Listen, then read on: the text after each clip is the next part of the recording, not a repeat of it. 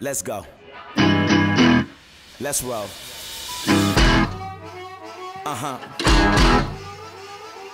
It's your turn.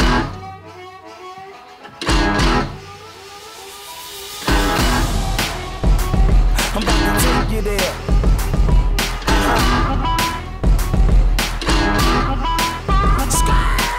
I'm lightning like Steve McQueen. I'm in the fast lane when the light turns green. And I built tough, I ain't nothing but grit. Cause I made rugged blood, sweat, and spit. Yeah, like a horse I fly. Better brace yourself in for a bumpy ride. I like to play hard, but I work harder. And I weather the storm cause I'm built stronger. I was born to run. I was built to last. I was made for speed, cause I was born fast. Born to run, born to ride. Keep on flying till my hands touch the sky. Born to be wild and free. Keep on going, yeah, there's no stopping me. I was born for this. I was born for this.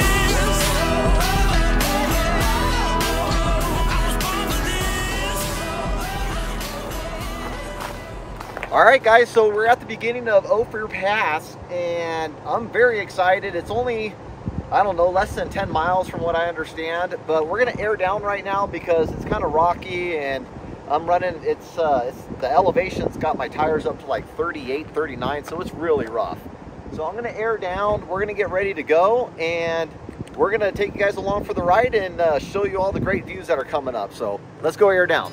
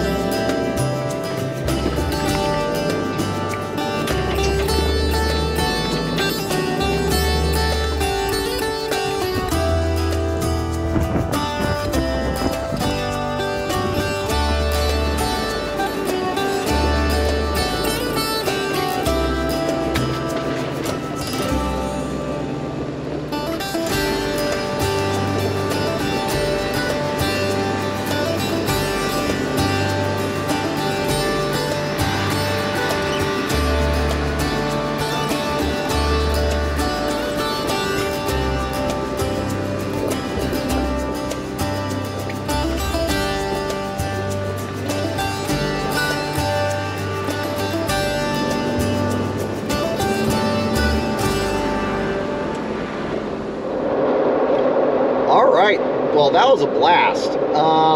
Very, very easy off-roading. It's a little sketch, not that bad. If Tish was with me, she would have been freaking out because that shelf edge was on her side, but she would have been alright.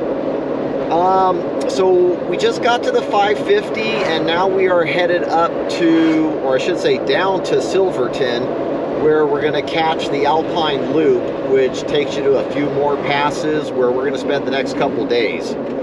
So we might hang out in Silverton just a little bit, and then we're going to hit the trail and go find camp, and we will meet you there, guys. I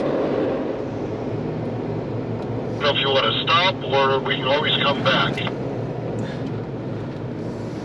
I mean, if we were hungry, I'd say stop, but I'm not much for a walking around and window shopping kind of guy. Now, if Tish was here, that's a different story. I hear you. Got bikes coming your way, Fabian. Copy that. 2 more bikes coming your way. More vehicles. Got them. Lots of vehicles.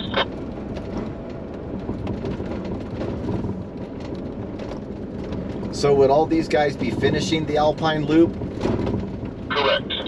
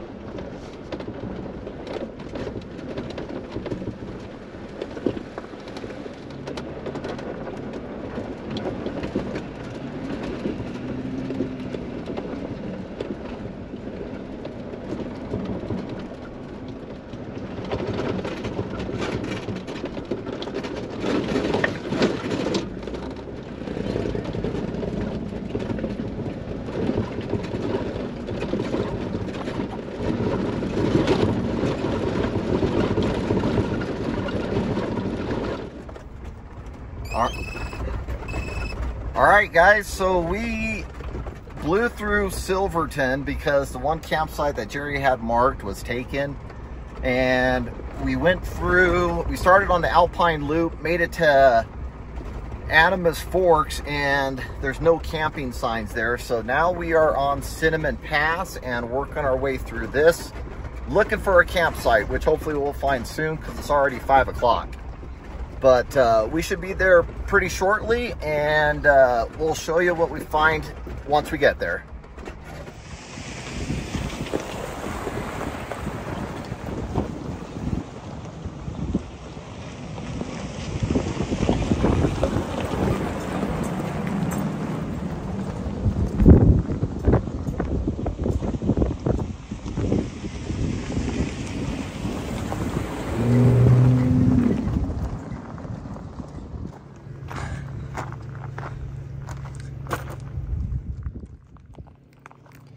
All right, so we made it to the top of Cinnamon Pass, and we made really good time.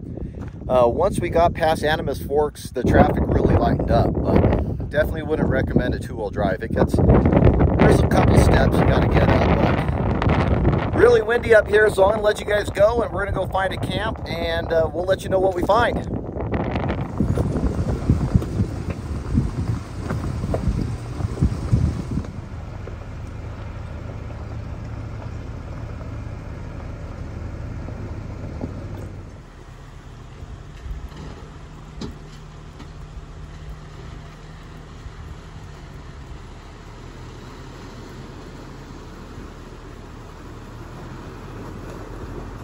All right, guys, so Jerry and Fabian held back. We found one of these last campsites back there a little bit, but the road starts getting pretty hairy and the road keeps going, so they sent me out exploring to see what I could find up here. But the site that is down there is still amazing, but you never know what treasure will wait for you if you just go a little bit further. So we're gonna check it out and I'll let you know what happens. All right, so I made it to the end. There's 2 Jeeps up here, but no campsites, and then it turns into a single track. So that's our best option right where you guys are at. So the 2 Jeeps up there, that's not a campsite? Negative. It's a parking lot of sorts before it goes to a single track, like a hiking track. Plus that site down there, it was pretty big. There's nothing up here that big. All right, guys, so this site isn't gonna work either. I made it back down to Jerry, and it's just not level, and it's gonna be real tough for all 3 of our rigs to fit here. And it's getting late, so seems to be a common theme in my life, not getting to camp on time. But we're not gonna waste too much time. We're gonna get going, but I thought I'd take a moment at least and show you guys how amazingly beautiful this is.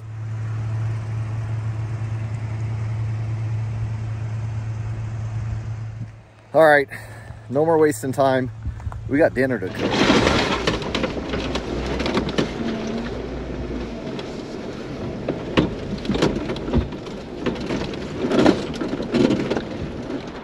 All right, guys, so we found camp. Craziest thing happened. When we drove up this little one-way road, it was out and back. When we drove up, we did not see this little 2-track off to the left because we were so focused on this gorgeous backdrop. So when we were coming back down, kind of crapped out that we had to go search for another site with it getting late. I saw a little 2-track off to the side, and I came down here and look at this. So we had a kind of a tough time getting flat. We're within, what would you say, Jerry, 1 to 2 degrees of flat? Yeah, close enough. Close enough, considering the time. And then we're gonna cook some dinner in a little bit, and we might be cooking in the dark, guys, but you should enjoy it either way. Got a special plan for tonight's meal, so we'll see in just a little bit.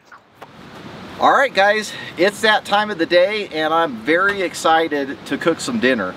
This dinner I got from my newest $3.95 jerky retailer in Jurupa Valley. So, you know, so many of you guys support me, and I truly appreciate it. I in turn like to, you know, support my tribe. And my tribe now includes Torito Meat Market and Tacos in Jurupa Valley off of Limonite. So guys, right now he's the only retailer in Southern California, and don't just go there for the jerky. The food is out of this world. You can go there for lunch, you can go there for dinner, I believe. They have a sit-down area. They also have a meat market and a regular market there as well. But tonight what What we have is some prime grade, and forgive me if I don't pronounce this correctly, it's Tasajo de Ranchera. I think that means good.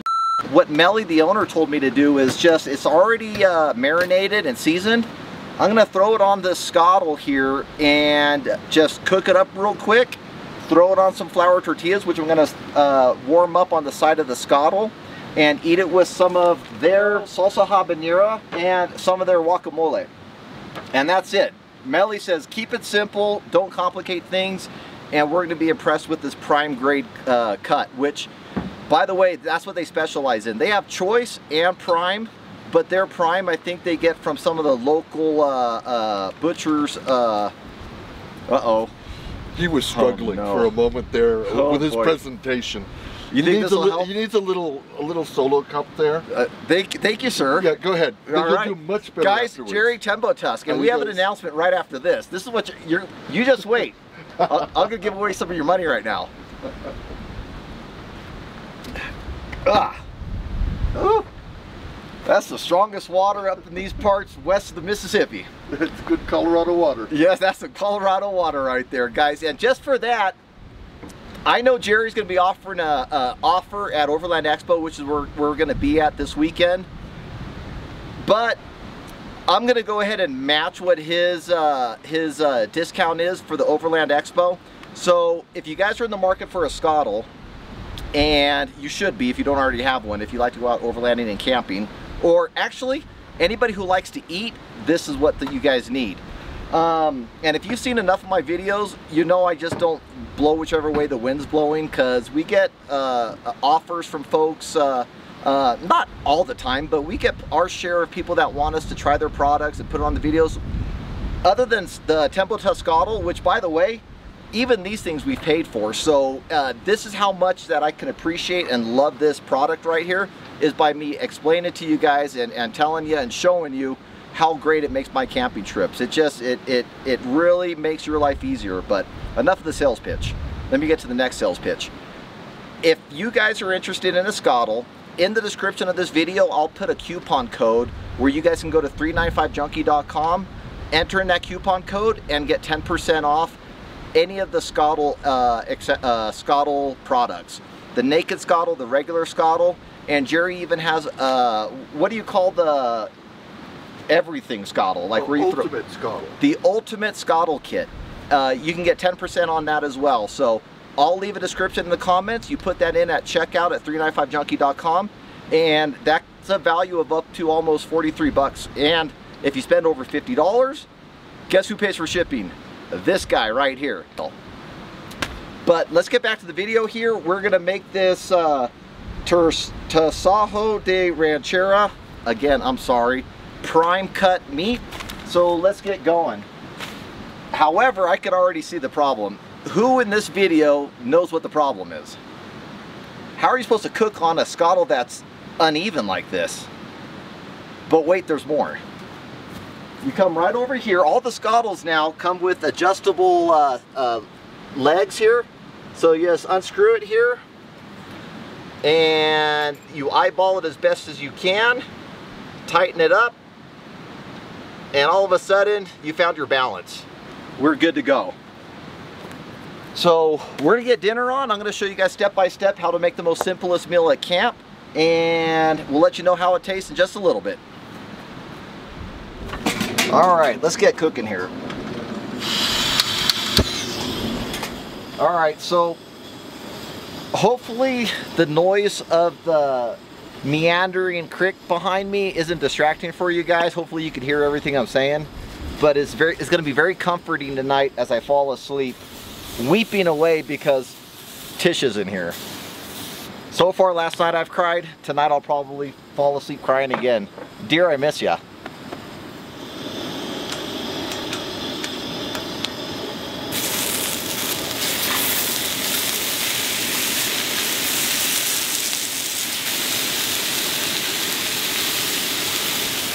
All right, guys, so we got the, I don't even know if this is considered carne asada. If you know, leave a comment in the comments below. I want to say carne asada, but it looks more like a ribeye, but in cut really long strips. So what we're probably going to do is after it's cooked, Melly suggested we put on a cutting board, slice it up, throw it on some tacos. Good night.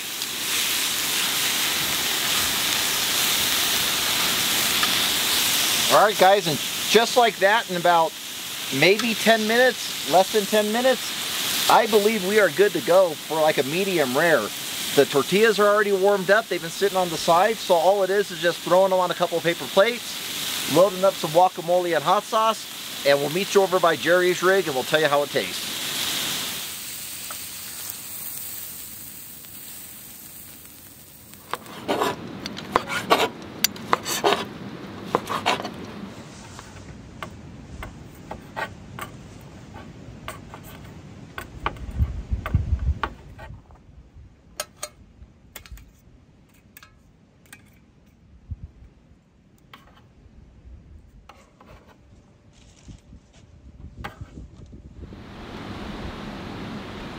Now I can see how they're still slow.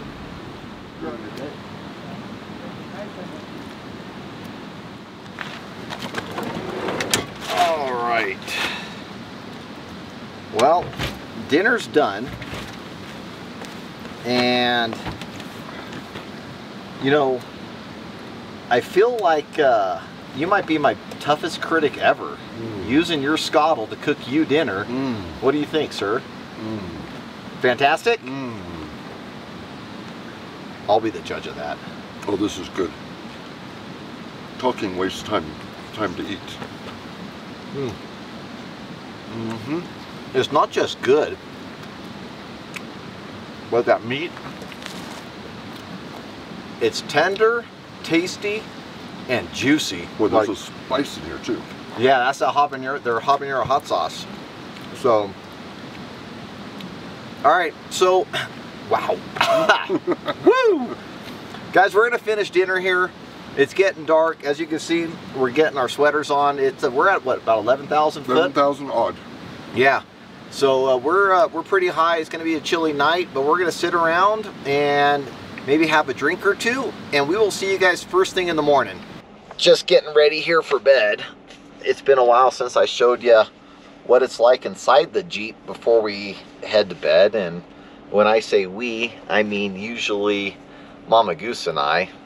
However, right now, obviously she is not with me, so I'm using my time as best I can and thought I'd put together a little video of what it's like inside the first floor of the Jeep of the Ursa Minor.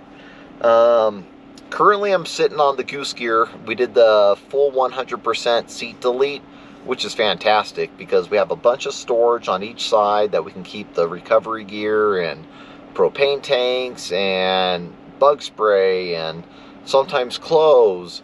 But as you can see, there's plenty of room down here, which is where I usually get ready for the evening. And Mama Goose is usually upstairs right up there.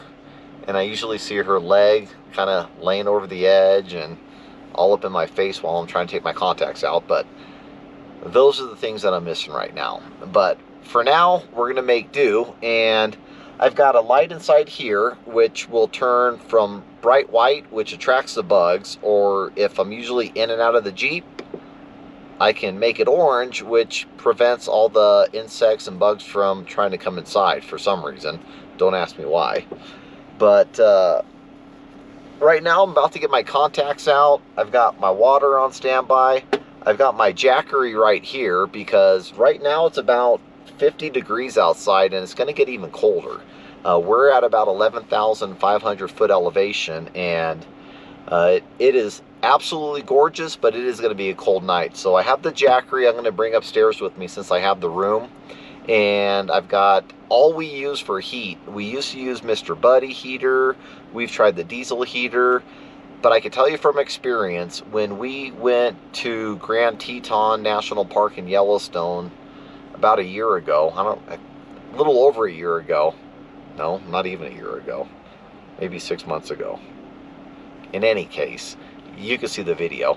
It got down to about 6 degrees at Grand Teton, and we had the Jackery 1000 with an electric blanket. And by far, that was the coldest we ever camped in, and it kept us the warmest. So I would encourage you guys to at least attempt using the electric blanket, and don't get the 12-volt electric blanket that connects to the car, because those don't get hot enough or run long enough. Get one that you actually have to plug into, like a Jackery or something with 120, and that'll keep you warm all night long. We had the Jackery 1000 at 100%, and we ran the electric heater all night long, like on medium heat, and the Jackery ran out of power around 6 a.m. So, and we were very, very comfy. Despite how cold it was outside, being under that electric blanket did wonders. So I'll be using that tonight to keep me warm, and the occasional starting the Jeep usually in the morning works really good. I've added the remote start to my JK. So if I'm upstairs sleeping, I can just hit the remote start. When I go to bed at night, I'll make sure the heater's on high. So when it does start up, the heater automatically goes on, and I'm in good shape. So I'm just going to take my contacts out down here and go upstairs and get some shut-eye. It's about 10 o'clock on Sunday night. And tomorrow, we're going to have a nice leisurely morning, and we're going to head out. And for now, it's good night. This is downstairs. I'm going upstairs in just a little bit, but we will see you guys in the morning.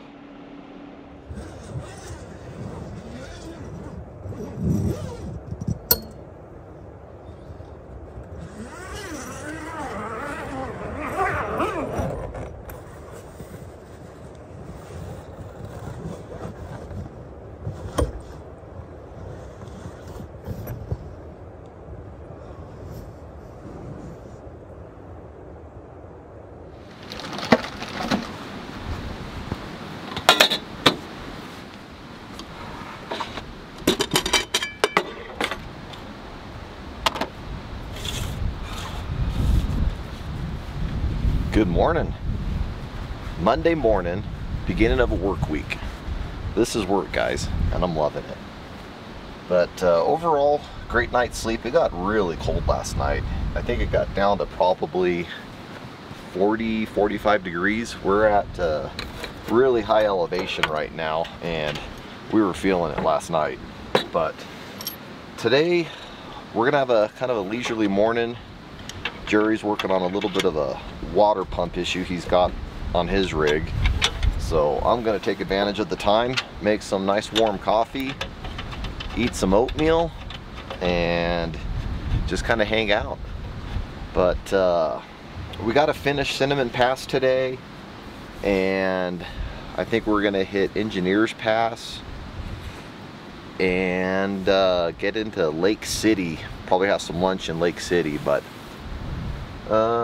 nice morning. Got freshened up this morning down by the creek. I'll save you the gory details, but it was very refreshing but extraordinarily cold. But I feel like a new man, all cleaned up, ready to go. So let's get breakfast on, and we'll see you guys in just a little bit.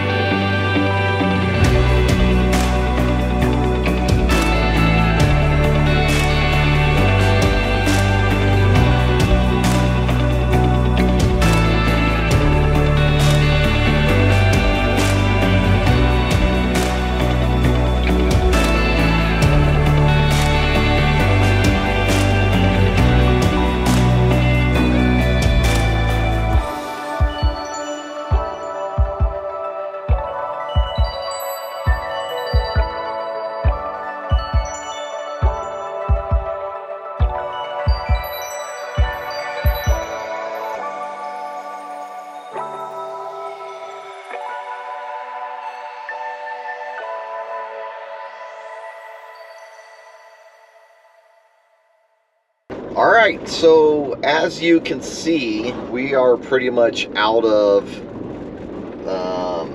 Cinnamon Pass. I think we're still technically on it, but we're on our way to Lake City. Should be there pretty quick, but we're on just nice graded roads now, so there's not a whole lot more to look at. But Colorado so far has just been amazing. A little crowded for my liking, to be honest with you. It's even a Monday and it's just packed.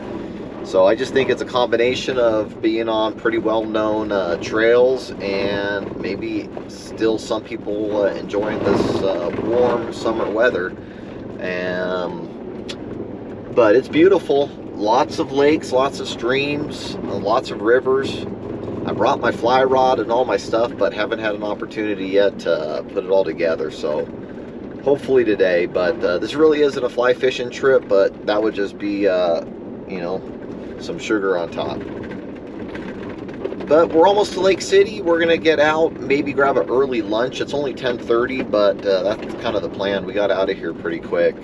But we will catch up with you guys in Lake City and let you know what the plan is from here.